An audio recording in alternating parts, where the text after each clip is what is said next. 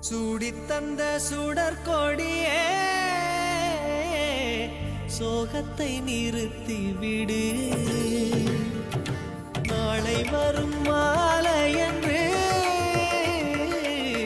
நம்பிக்கை வளர்த்து விடு.